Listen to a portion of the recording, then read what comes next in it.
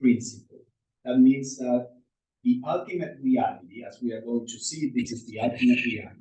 The ultimate reality of the universe is omnipresent everywhere. It's the essence of everything. You know, in the Judeo-Christian tradition, we tend to think of God as being separate from the creation. We have the creator and we have the creation. What Blavatsky says here is that that principle, the divine principle, is omnipresent. St. Paul said or proposed the view of God similar to this when he said, in him we live, we move, and we have our being. So in him we live, we live within this principle, we move around, wherever you go, this principle is there. And this is the root of our being. So what St. Paul wrote is quite philosophical in that sense. So then this principle is eternal in the sense not of everlasting, but eternal in the sense of timeless. Because as we are going to see, time begins and ends. But beyond time, there is this eternity, this timeless eternity, if we want to call it that way. Because time is relative, and Einstein discovered that in his theory of relativity. So this is an absolute principle. It's not relative. It doesn't change, which is one of the attributes that we are going to see. Then it is boundless. There are no separations. There are no boundaries. There are no parts. This eternal principle is the totality, the wholeness, the oneness without a second, as we were saying yesterday. The one all. There are no two absolute principles. There could not be two absolute principles, because the absolute means that which cannot be surpassed, that which cannot be compared. So it is boundless and it is immutable. Yesterday I pointed to this. How come that the absolute reality behind everything is immutable, and yet we see everything changing? What does that mean? How can that happen? And these are all seeds for meditation. There are answers, intellectual answers that we can provide, and in the book I write about them.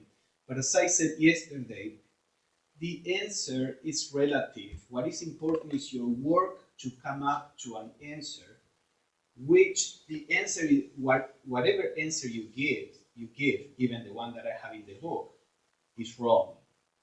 Because Blavatsky says, on which all speculation is impossible, since it transcends the power of human conception and could only be dwarfed, reduced, by any human expression or similitude.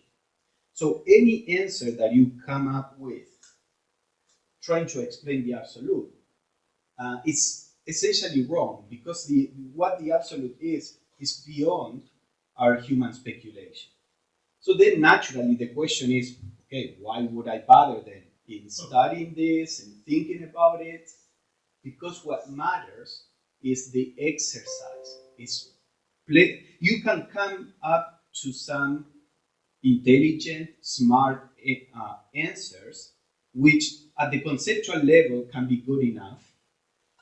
What you have to know is that this is the best that the mind can do, and this principle is way beyond the mind. So your answer can be both right and wrong. It can be right in the sense that as far as the mind can express it, this answer is quite good. But it is wrong in the sense that the mind cannot capture this. So the reality will always be beyond. And this is very important in meditation, as we are going to see. So even though we cannot capture in words something that is absolute, it is good to meditate on this, because it refines your consciousness. It begins to awaken the higher mind, which is the only one that can conceive of these things, and it can propel you even beyond the mind, whether in its lower or higher aspects. So she continues saying that this is beyond thought, and quotes one of the Upanishads. It is beyond the range and reach of thought, in the words of the Mandukya Upanishad, unthinkable, and unspeakable.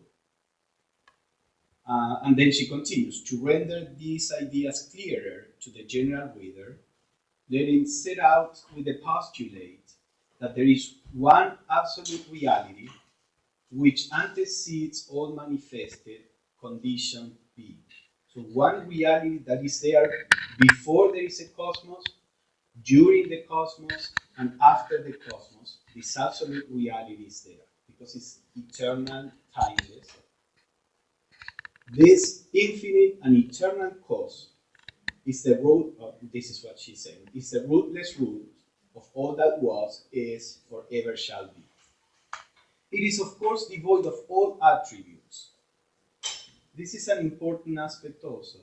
It is devoid of all attributes because all attributes are limited and the absolute is beyond any limitation. So if you say, okay, the absolute is green, then that means it is not yellow, it is not red, blue, etc. If you say the absolute is, I don't know, good, then that means that what we call evil is outside of the absolute. But then nothing can be outside of the absolute. If you say that the absolute is this, then you say that you are denying the opposite. So what does this mean? Is the absolute both good and evil? Is it both green, red, yellow, etc.? The absolute is the synthesis of everything. It's the source of all differentiations. The absolute is beyond any differentiation. So an easy example is the white light. The white light is beyond the differentiation into the different colors. So we could say the white light is not red, it's not blue, it's not green, it's not yellow, but it is not also all of them kind of painted on top of each other. It is something completely different from color, and yet it is the source of all color. You see that? So the same with everything that exists in the cosmos. The absolute is beyond good and evil. The absolute is beyond time and space. The absolute, as we understand it. The absolute is beyond any quality, mind or unconsciousness. But it is the source of all that. So this is why she says, it is of course devoid of all attributes and is essentially without any relation to manifested finite being. So the absolute has no relation to finite beings as we are. What does this mean? Does it mean, okay, then it doesn't matter? Who cares about the absolute? There is no relationship I can have with the absolute. I cannot pray to the absolute.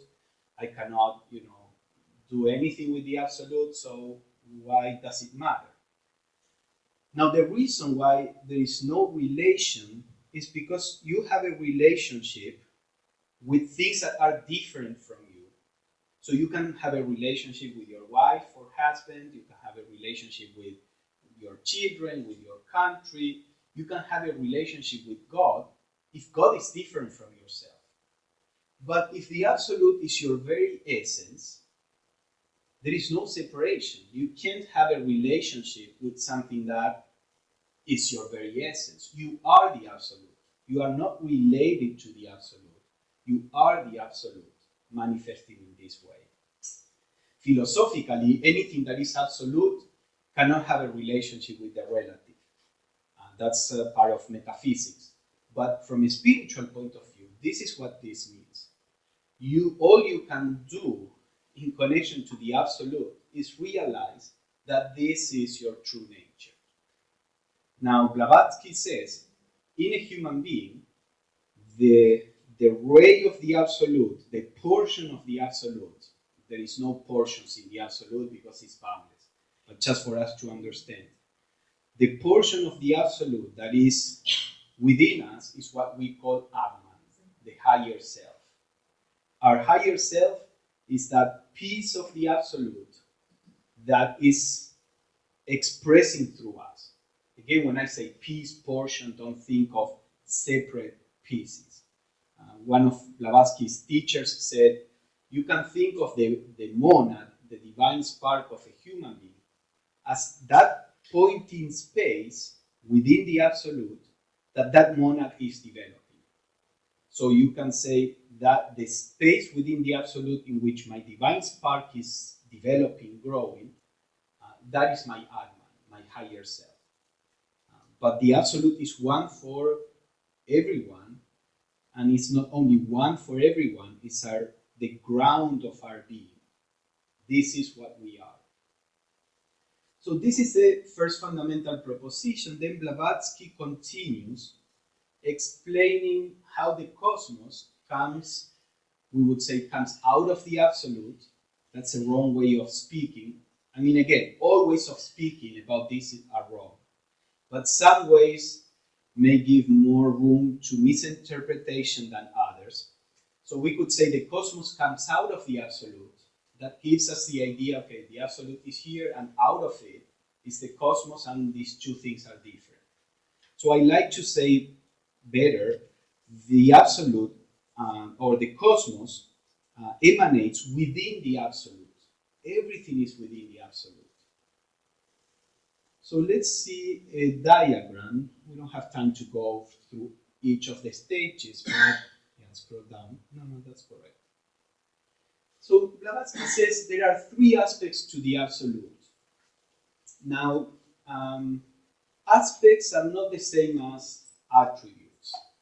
Aspects in the absolute means there are things that come that when differentiation arises within the absolute, that differentiation, that manifestation will appear in three fundamental forms.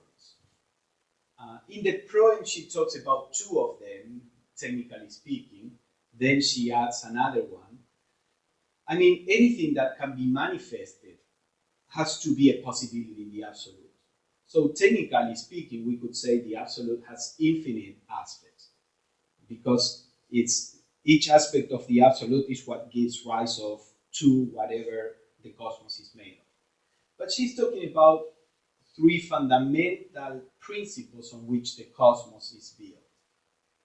One, she called it absolute abstract motion, or the great breath. She says there is a kind of motion that never ceases. And she says nothing that does not move nothing that does not move can be divine. So motion is the essence of the divine. And yet she says, but yet nothing can be movable. Now, so the absolute is immutable, it doesn't change, but there is a vibration in the absolute. Now, a vibration, if you take a vibration, is always relative. You can say, okay, there is a vibration like this, or there is a vibration that can be faster, or a vibration that can be slower. Anything that changes is relative. So the absolute would be the absolute rate of vibration that is possible, that cannot be beyond that cannot exist. And you see, if something vibrates too much, at some point it becomes still, right? There is a movie, I think, where people were stiff, and the doctors were trying to fix that by, trying to stimulate the muscles, and the problem was the opposite. They were stiff because they were moving so fast that, as you move faster and faster, then you just get a stillness. So this absolute abstract motion in the absolute is both motion and stillness. When you go to anything that is absolute, you find the two poles that are combined, because the absolute is beyond any polarity. Once we come to polarity, motion and stillness as different, we come into the relative. So this absolute abstract motion is not that there is this motion in the absolute, but Blavatsky talks about motion because when manifestation appears, differentiation appears, motion appears. In the pure absolute, it is neither motion nor stillness. It's the synthesis of both. And as Blavatsky says, we cannot really grasp what that is. Similarly with space, absolute abstract space, in the secret doctrine, space is also matter or substance. Again, Einstein understood this. He talks about the fabric of space-time, and he talks about space like this fabric, which physics had a prejudice against this idea of ether. But actually, what Einstein is talking about is a kind of ether. And he actually acknowledged this in some letters. He said, well, the space that I'm talking about can be a kind of relativistic ether, meaning an ether that follows the qualities allowed in the law of relativity. By this, I mean, this is just for those who are interested in science, but the idea is that space and matter, or space and substance, are not different. Every space or every portion of space has some kind of substance. Not matter, physical matter. You know, we can argue that between the podium and myself, there is matter here. But we are talking about something far more fundamental. For example, in quantum physics, we talk about this underlying quantic soup, sometimes they call it, this potential from which subatomic particles emerge. So there is permeating space this substance, this unmanifested substance that is this quantic potential that science talks about. Well, that would be the absolute on the physical plane. The secret doctrine talks about many other planes higher than the absolute. But that quantum soup would be the manifestation of the absolute on the physical plane, so to say. So she's talking about here, there are two important aspects, motion and space, which will give room or manifest consciousness on the side of motion and matter on the side of space. And then the beingness, which is that unmanifested absolute root of everything. You see, she says the absolute is not a being, because a being is limited. It's this being as opposed to the other beings. So that's relative. The absolute is beingness in the sense that it's that which allows beings to exist, that which is behind every single kind of being, whether the being is a fly, a human being, a celestial being. And this, she says, is the original triad that all religions talk about, although they talk about these different triads and trinities, more on the manifested side, outside of the absolute. So let's go to the next one. Yes. Thank you. So we have there, again, the triad that we just saw. And Blavatsky says, from the great breath, from the absolute abstract motion, comes what she calls a pre-cosmic ideation. Ideation is like an idea.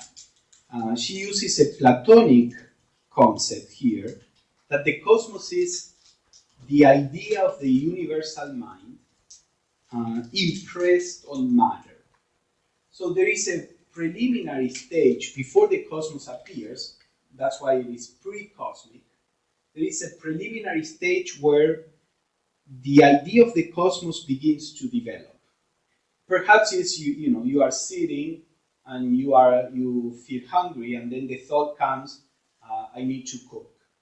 So that's previous to the motion of actually cooking. So that would be a pre-motion idea. So there is similarly a kind of pre-cosmic ideation. And there is also a kind of pre-cosmic substance that is not yet manifested. I'm not going to go into details about this because that would take more time. What I want you to get here is the general concept.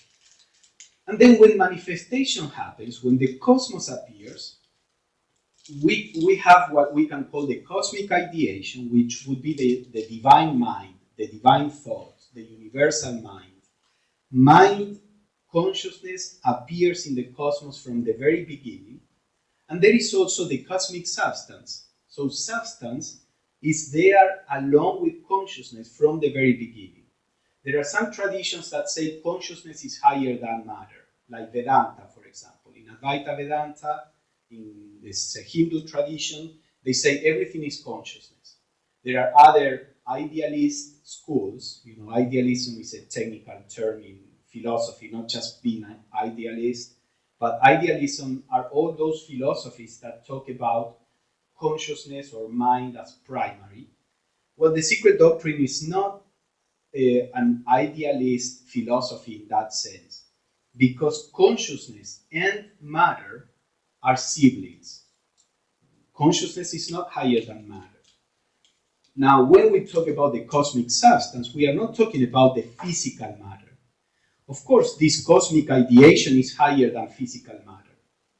But then, we have the cosmic ideation and cosmic substance. The substance is a kind of spiritual matter. And then down here, we have motion and we have physical matter, which are the manifestations of these two principles. So when we say spirit is higher than matter, technically speaking, we are being unfair, because we are calling spirit the cosmic ideation, and we are calling matter the physical matter. Yes, of course, spirit is higher than physical matter.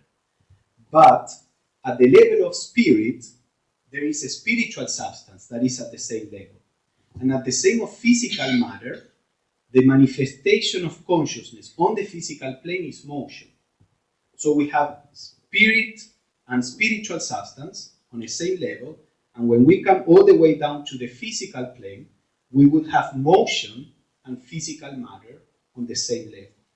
So the secret doctrine treats these two things as I said, as siblings. Having many mythologies, the idea of siblings. They represent these two principles. Now, when you have two principles coming out of the one, those two principles, within the oneness, there can be no relationship because there is only one, the one all. You can relate to something that is not yourself or that is different from yourself. So in the oneness, there is just oneness. We can't really understand what that is, although we can experience a level of that in our meditation, as we are going to see later in other sessions. But as soon as you have a duality, now in manifestation you have mind and matter, or consciousness and matter. Then these two principles begin to relate to each other, and a third element appears.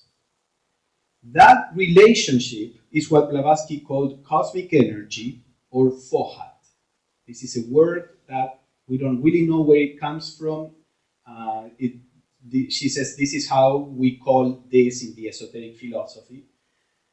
Fohat, F-O-H-A-T. But let us call it cosmic energy. So this happens, for example, in the atoms. You have a neutral atom, a whole atom, that has the same kind of charges outside and within. The nucleus is positive, in the electrons negative. And as long as these are in a state of balance, nothing happens. Now, the moment you separate the negative charges, the electrons, from the nucleus, and you produce this duality between what we could call metaphorically, the ideation and substance, what do you get? You get electricity. The motion of the electrons generates electricity.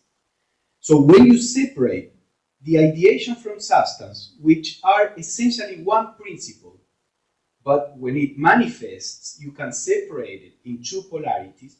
Those two polarities are always related. You can't really break them apart. That relationship is the cosmic energy that you find behind all the energies in the cosmos. So here we have a trinity, mind or consciousness, substance, and energy, which is underlying everything in the cosmos. So when Blavatsky wrote this, science thought that matter and motion or energy were completely different. Now, in time, Einstein proved that matter and energy are the same. They are not two different principles. When energy behaves in a certain way, we call it energy. When energy is bottled up, they say, when it is contained in a certain different kind of motion, we call it matter. Or the opposite, when matter is confined, we call it matter. When matter is released, we call it energy. So energy and matter are one principle appearing in two different ways of behavior. So Blavatsky predated that, she foretold that, and she said one more thing. Not only matter and energy are the same, but consciousness is the same. So matter, energy, and consciousness are three aspects of the same principle, which means that as science continues to go deeper and deeper into matter and energy, if Blavatsky is right, they will discover the seed of consciousness also in the very atom, the very matter that we are made of. Blavatsky said every atom is a spiritual monad. So consciousness is not an emergent. In philosophy, they say consciousness emerges from the organization of matter. This is a secondary quality that emerges from organizing matter in an organism. Blavatsky is saying consciousness is not an emergent quality, it is a fundamental quality of the cosmos, just as energy and matter is. And eventually, it took a while for scientists to discover the connection between energy and matter, and it will take a while to discover the connection with consciousness, which is far subtler than energy and matter. But this is what Blavatsky is proposing in The Secret Doctrine. And then from here, when these three elements begin to work together, it gives rise to seven roots or foundations on which the cosmos is built. Why seven? Statistically speaking, you can combine three elements only in seven different ways. If you combine three elements in all possible ways, they will combine in seven. And there are several examples in the book how you can make this. There is even a formula. No, it's okay. Or if you want to find the page, but there is a formula that people working with probabilities and all that have, that you plug the numbers, you plug the three, and you get seven elements. That means that there are seven different states of consciousness that are possible in the cosmos.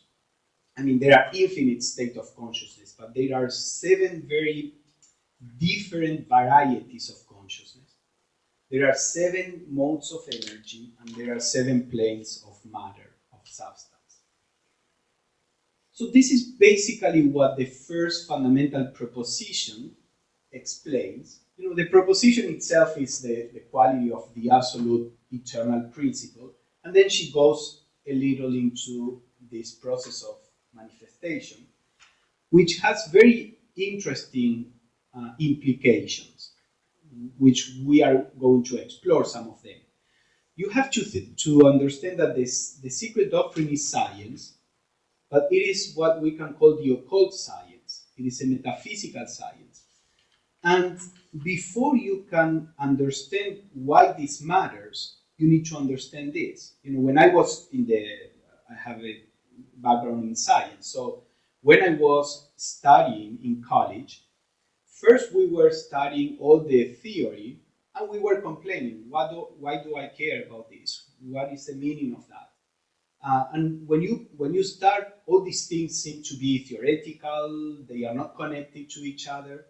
But as you get a grasp of what you are learning, and you go to the lab, for example, to the laboratory, then you start seeing, that I was studying, that seemed completely unrelated to my interest, here is how I apply this.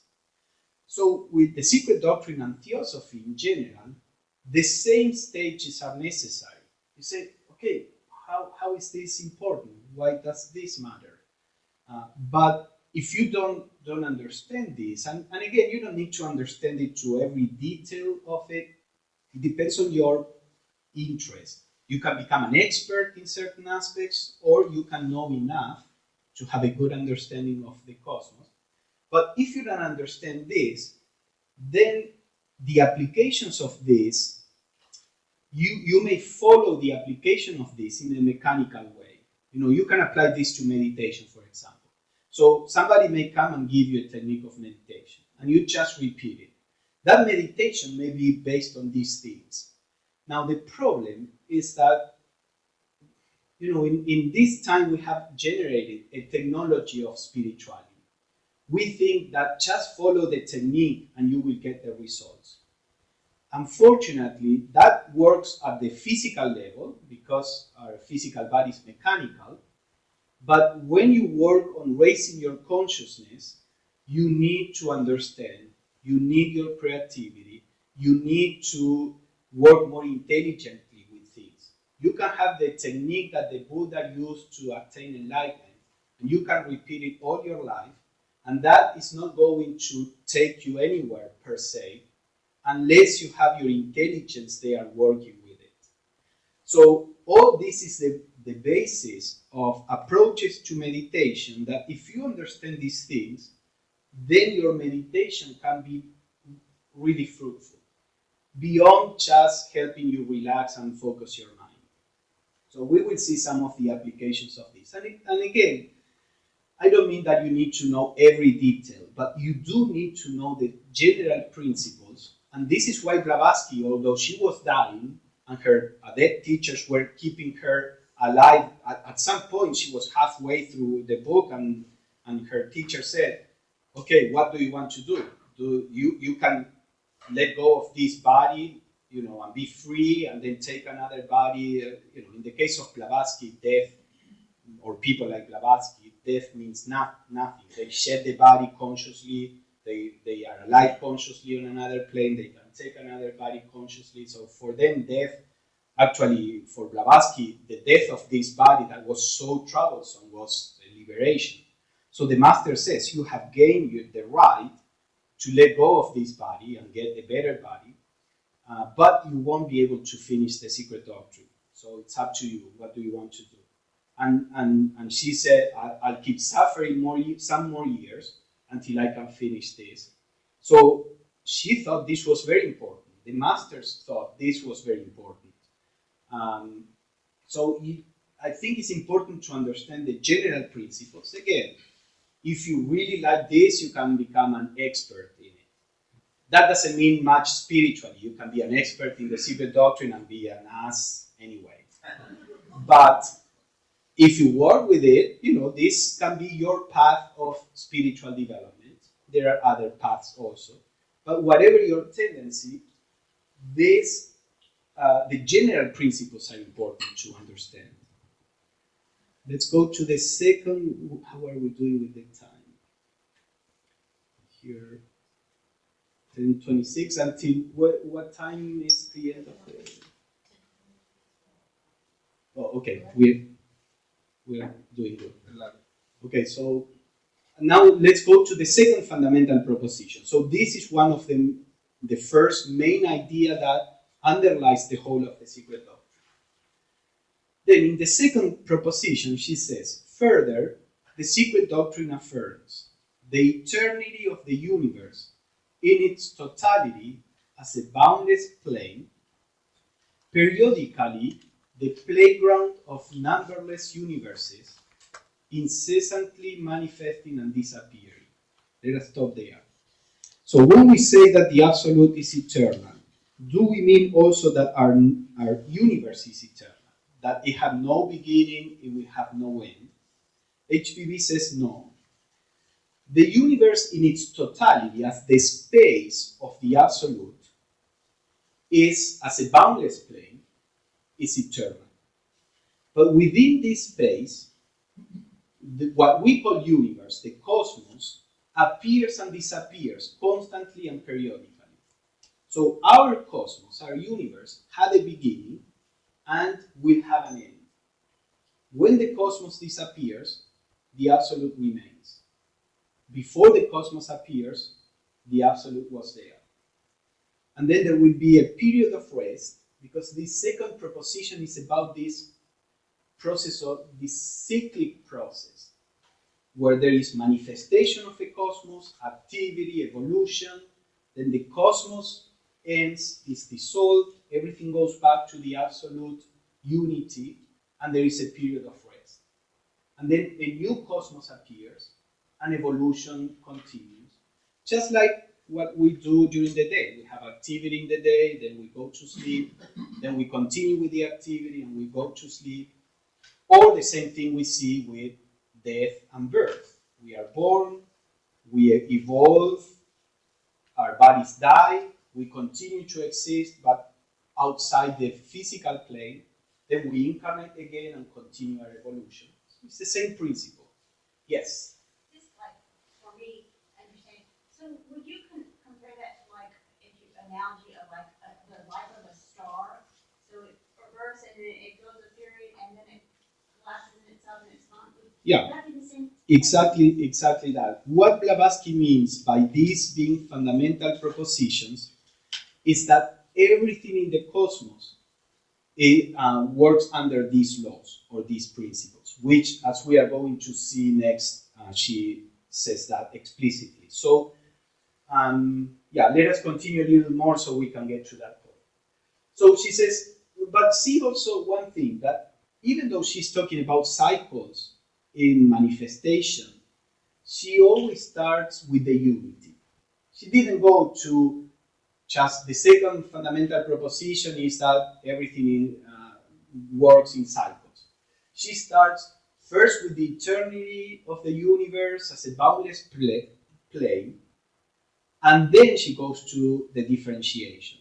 Remember that she said, always keep the idea of unity in mind as you examine all the variety in the secret doctrine. So she's doing this here. So this absolute space is the playground of numberless universes, incessantly manifesting and disappearing. We can skip all that. Let's go to the second paragraph. She says, this second assertion of the secret doctrine is the absolute universality of that law of periodicity, of flux and reflux, ebb and flow, which physical science has observed and recorded in all departments of nature. You have, what we call recycling is actually part of, we are using this law. There is a cycle of elements where elements come together to produce molecules and substances, tissues, organisms, and then that crumbles and dissolves again into tissues and substances and molecules and atoms, and then that is rebuilt. There are those cycles. There is the cycle of water that we study in primary school. It rains, evaporates, rain evaporates.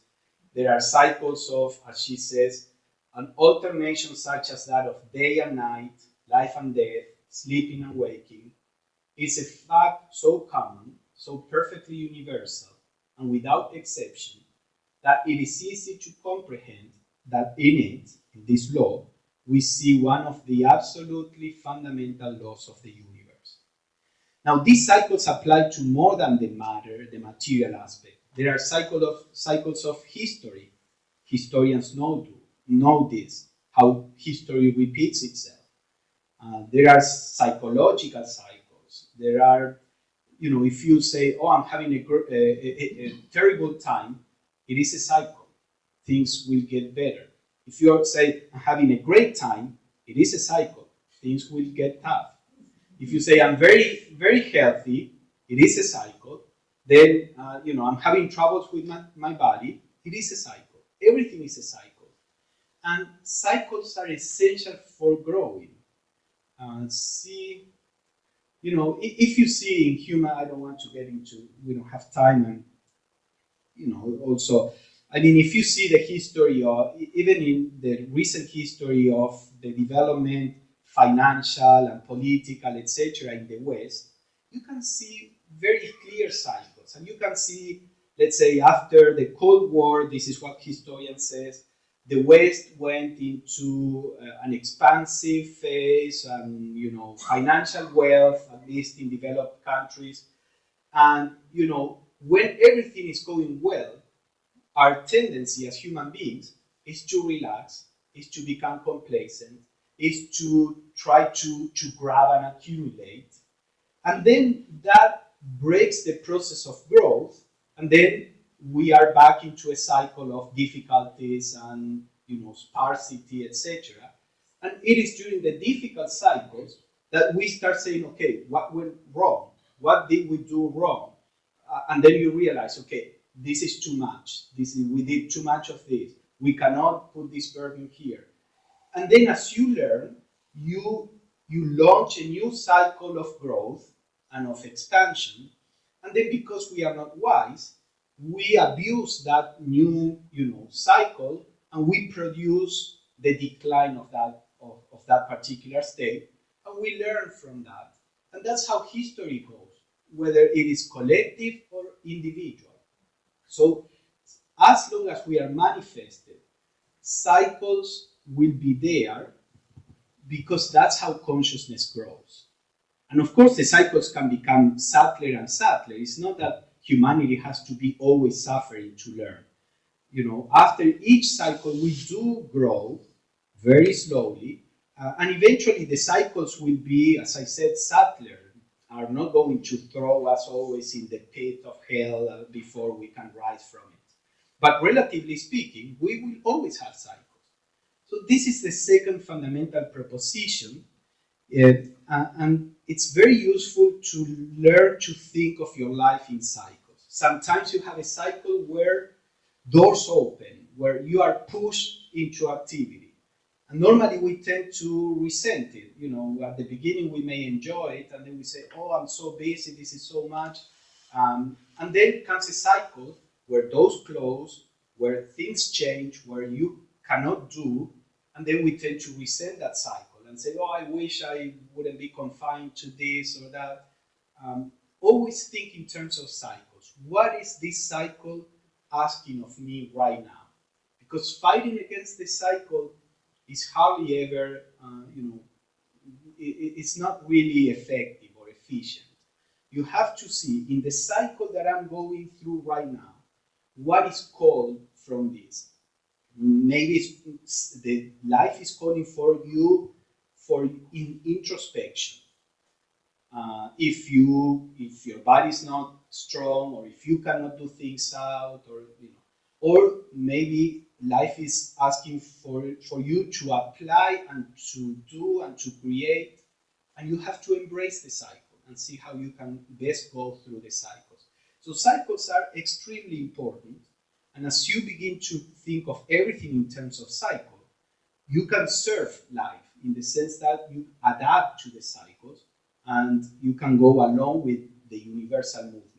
Not even Blavatsky's adepts, the masters of wisdom, with all the powers they have, not even them can go against the cycles, because these are cosmic laws. And they say in one of the letters, we cannot go against the materialistic cycle that is happening in the West, but we can always divert, like part of the current, like in a stream. He was saying, if you have a river, you cannot bring the water upstream, but you can always divert part of the stream, even in the dark cycles, let's say, and use it for good. So the adepts know that humanity will be better, will grow, but that happens by going through difficult times. If you understand this, then you are not constantly frazzled and afraid in the modern day. You see all these things and you think, oh, the world is going to hell. And if you actually look at history in a wider sense, I gave a talk using statistics for the last 200 years. There have never been less war in the world than today. These are statistics, from official centers, non-governmental. There have never been more education than today. Today we have more education than ever, more peace than ever. more equality than ever, all the markers are constantly, the markers of the wrong things are constantly coming down. Not in a straight line, there are some hiccups because there are cycles. Now, that doesn't mean we are great. There is still a great deal of things that we can improve in humanity.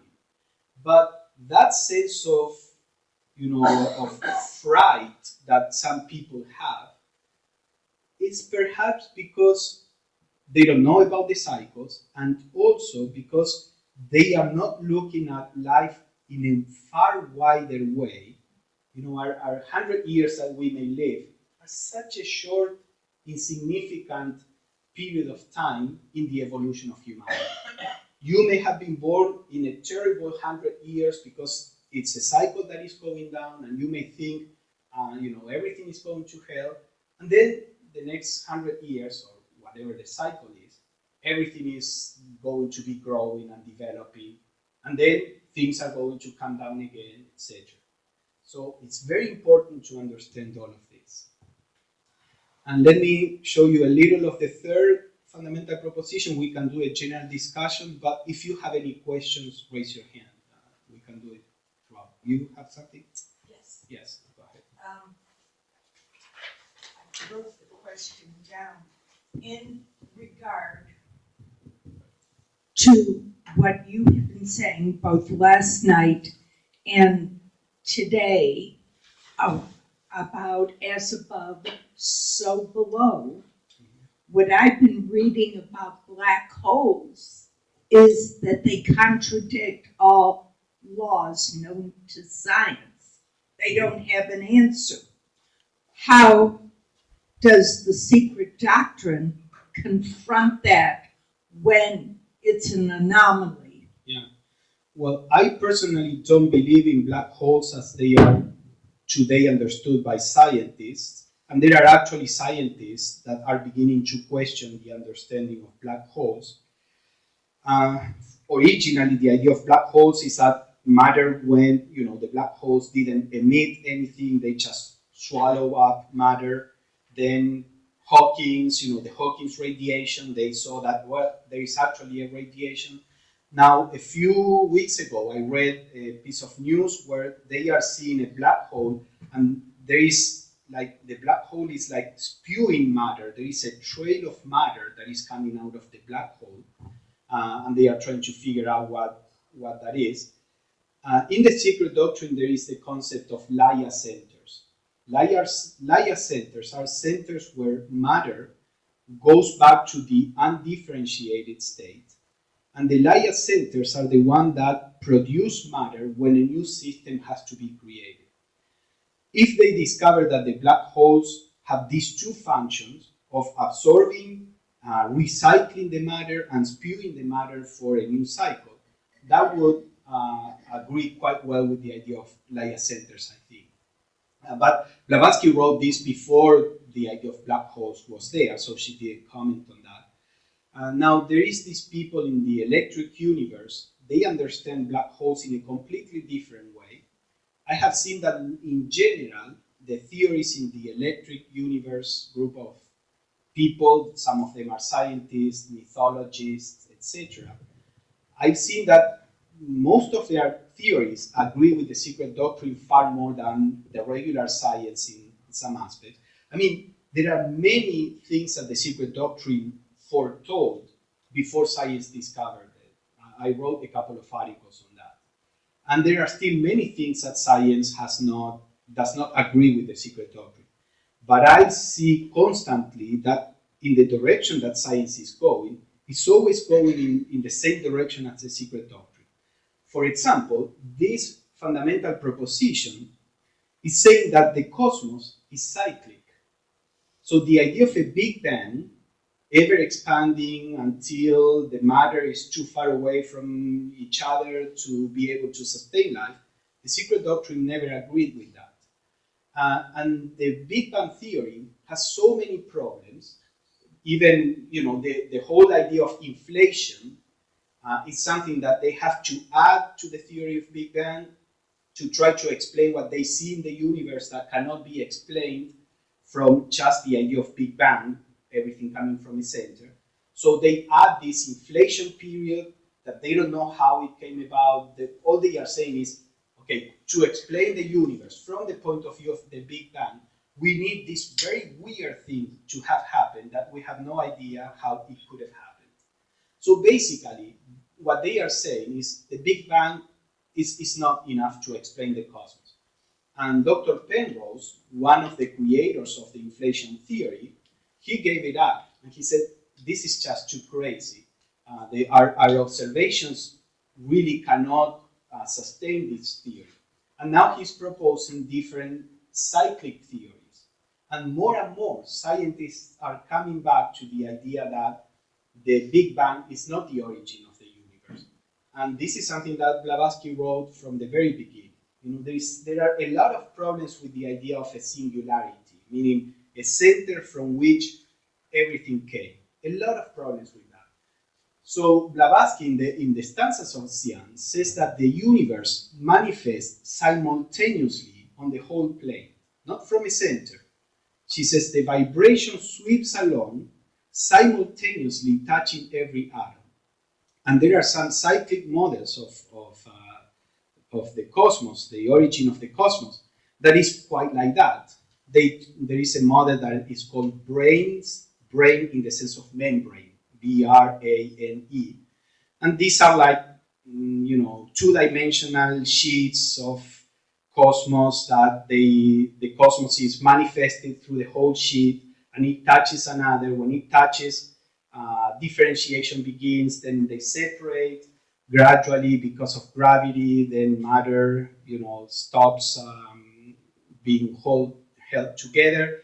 Then they come together again, they touch, and manifestation, what we call manifestation, appears again in the whole dimensional sheet. So that's very close to what Blavatsky is proposing. So with the black holes, I would suspend the judgment and see what else science finds.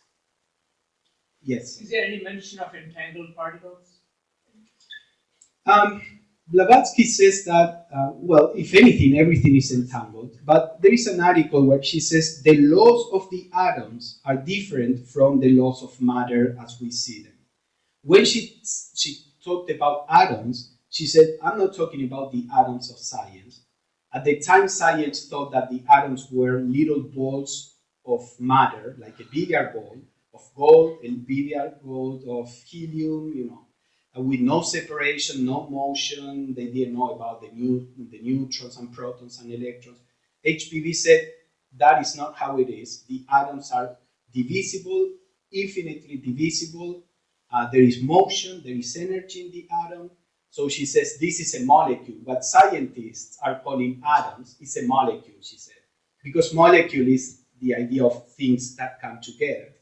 So she said the true atoms on the physical plane, the true indivisible particles, are beyond what science thinks is the atom. And she says at the level of those particles, there are different laws that rule those particles from the aggregation of matter. And those would be the subatomic particles. That's quantum physics. I gave a lecture where I showed that all the foundations of quantum physics, Blavatsky talked about them, that the atom is divisible, that forces are substantial, that every force has some matter that carries that force, that the different levels of energy, that there is no continuity, but there are these jumps. A lot of things, Blavatsky talked about them without the equations. That's why this is not regular science, but the scientific principles are here. Now, regarding the entanglement, Blavatsky always said that everything is linked, connected. From a flower to the star, as the poet says, everything is linked and connected. And that can be interpreted in we're talking about subatomic particles as the entanglement. Now, the specifics of the entanglement, again, Blavatsky is talking about general principles here. She didn't talk to the degree of detail that science does because it was not her subject matter. So yes, I think we can find in these teachings the foundation for the entanglement. But even there, I I think we are misinterpreting quantum physics in some ways, from the theosophical point of view, not from the scientific point of view. But I have alternative explanations to how scientists explain certain phenomena in quantum physics. And they are, scientists are really not able to explain what this means physically. There is a school in science, in quantum physics, that they call it shut up and calculate. In the sense that, when somebody says, wait, what does this mean in the physical world? I don't know, shut up, calculate, the formulas work, we can predict things, just stick to that. Because I think we have not yet understood what the quantum world is. But I'm not an expert in that, and we have an expert here on that, so I feel a little self-conscious talking about it. But I'm talking from the theosophical point of view. When I look at that from the theosophical point of view, I think that we would explain things a little different. Yeah. Then let's go first. Yeah, 30. Oh, that was the 115, the real one. I think. No, the real one here that I didn't. Go to 115. So the third fundamental proposition, this is the last proposition that HPV talked about. I apologize, I wrote it wrong. Yeah, you are there. And she says, moreover, the secret doctrine teaches, and she's going to talk about the evolutionary journey. But see that here again, she begins by referring to unity. She's going to talk about the individual monads or souls, let's say, going through evolution. But she doesn't go just, the third fundamental proposition is that every monad evolves. She starts again from unity. And she says, the secret doctrine teaches the fundamental identity of all souls with the universal oversoul. Fundamental identity, not connection, not relationship.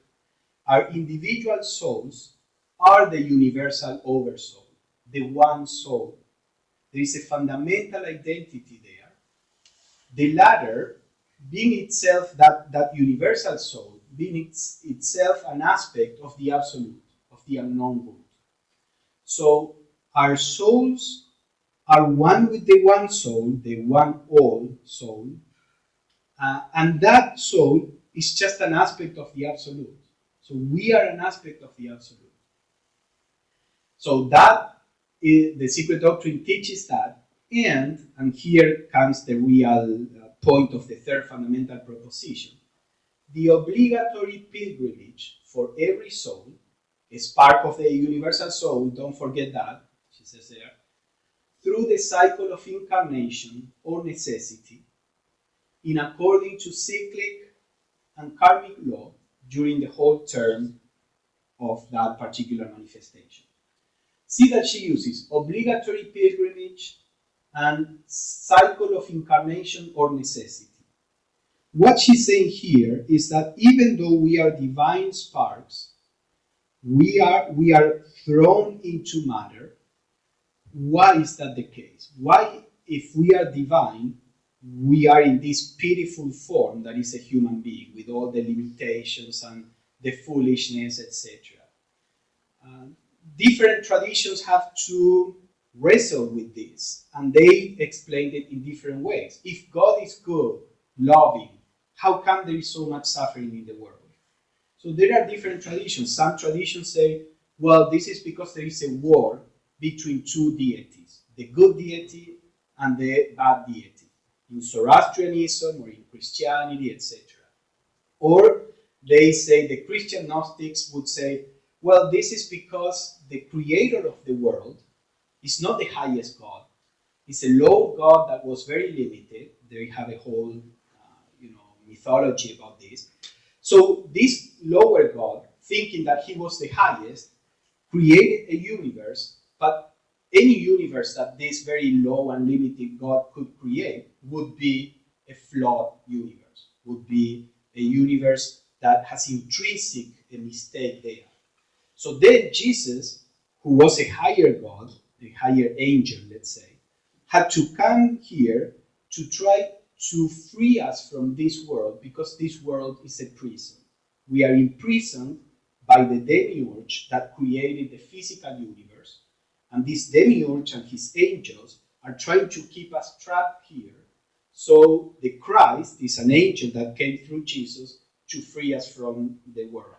So what they say basically is that we are in incarnation because this is a mistake. This God made a mistake, and now we have to be saved. In Advaita Vedanta, for example, if everything is the absolute, which is perfect, etc., where does suffering come from? So they say this is all an illusion. Suffering is an illusion, the world is an illusion, your sense that you are a separate person is an illusion. There is no real suffering, it's all in your mind.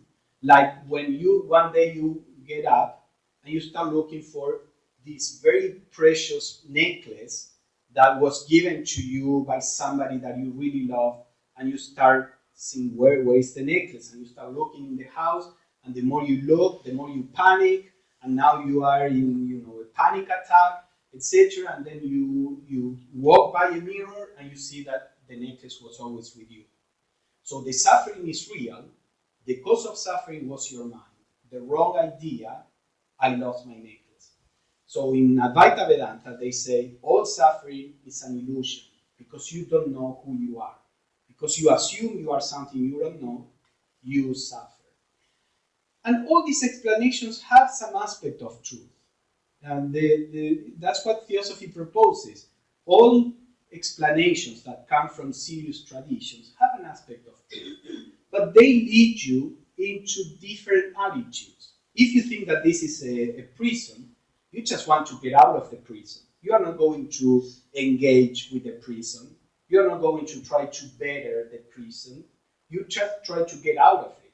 Similarly, if it is illusion, why would you engage with the illusion? You want to get off, go to the forest, stop physical actions, stop psychological actions, and try to isolate yourself from the illusion, as Patanjali, for example, proposes, kaivalya, isolation of the spirit from matter. Now, the theosophical tradition proposes a different model, which is very similar to what the Neoplatonists proposed. They said, this cosmos is not produced or made by a flawed God. This is the outcome of the universal mind, and therefore it is perfect. The reason why we have to come into this and experience pain and sorrow is because this is how we grow. Pain is not something wrong that should not be there. As long as there is ignorance, pain is a helper. Of course, because we are free agents, we can increase the amount of pain beyond what is healthy. And then we have to fight the forces that are trying to increase suffering and pain. But the principle of pain and pleasure is what propels our evolution. You see, those people who are born in a very spoiled environment, with everything they want, with all their desires, so that they don't suffer lack, they don't suffer, from their desires. Are these people normally psychologically healthy? They are not. They are spoiled, brats, arrogant, thin-skinned. It is clear that a healthy measure of pain and pleasure is necessary for the growth of a person and strength and skills, etc. In the story of the Buddha, when the Siddhartha, before he became a Buddha, was born, and the father was told by an astrologer, the father was a king, Siddhartha was a prince, was told, this kid is going to be either the greatest king in the history or the greatest spiritual, teacher, and will renounce the kingdom. So the father wanted his kid to be a king. So what did he do to try to kill all spiritual yearning? He surrounded Siddhartha with pleasure, with everything that he could ever want, because he knew that pleasure without pain puts you to sleep. So pleasure and pain are necessary for our growth in healthy measures. Too much pleasure is bad, too much pain is bad, but overall they work for evolution. So what Blavatsky is saying here is that we come into incarnation because it is necessary. It's not a mistake. It's not something that you can quit. In Blavatsky's view, you can stop generating causes. What's the time? Causes for suffering. Okay.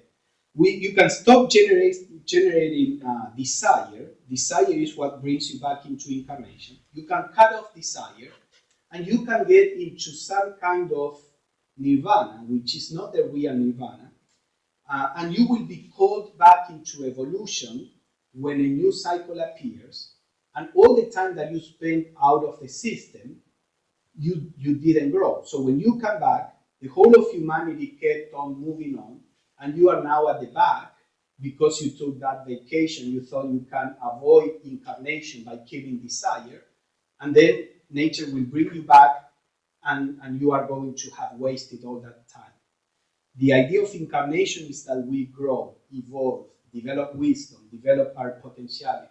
So you cannot avoid it. It is an obligatory pilgrimage. It is a cycle of necessity. And when we understand this, we take this attitude with life. We really cannot avoid what life brings us. I mean, we are constantly trying to avoid it, and we make great efforts to avoid something only to find ourselves in the same situation in the future. Because there are certain experiences that we have to go through. Again, I'm not talking about remaining in abusive relationships. I'm talking about general principles. So life and the experiences that life brings are for our own good, whether we like them or not. They both are for our own good, and it is necessary that we go through them. That produces a completely different approach to life. Yes. Okay. Wait for the. Yes, now take it. It brought to my mind, then if we all go through the cycles, what about the concept of Mosca, liberation and annihilation of the essence? Yeah. So we don't have time to go into all the details, but liberation exists. But in the theosophical view, it exists, it comes when you have finished your process of growth. Not cutting it artificially by trying to kill desire or things like that. You have to go through it, learn from it, and then liberation will come naturally, not by any artificial means. We're just reading right now an article about how black hole in the center of our galaxy. It says there that the black hole in the center of our galaxy is leaking gas. Mm-hmm. Just to your That's point, what I was saying. I didn't read that one, but scientists are seeing this more and more. Okay, we need to finish, so just let me show one more thing. So she explains that we have to go through different stages of evolution, and then at the beginning we go through it by natural impulse, like the lower kingdoms of nature.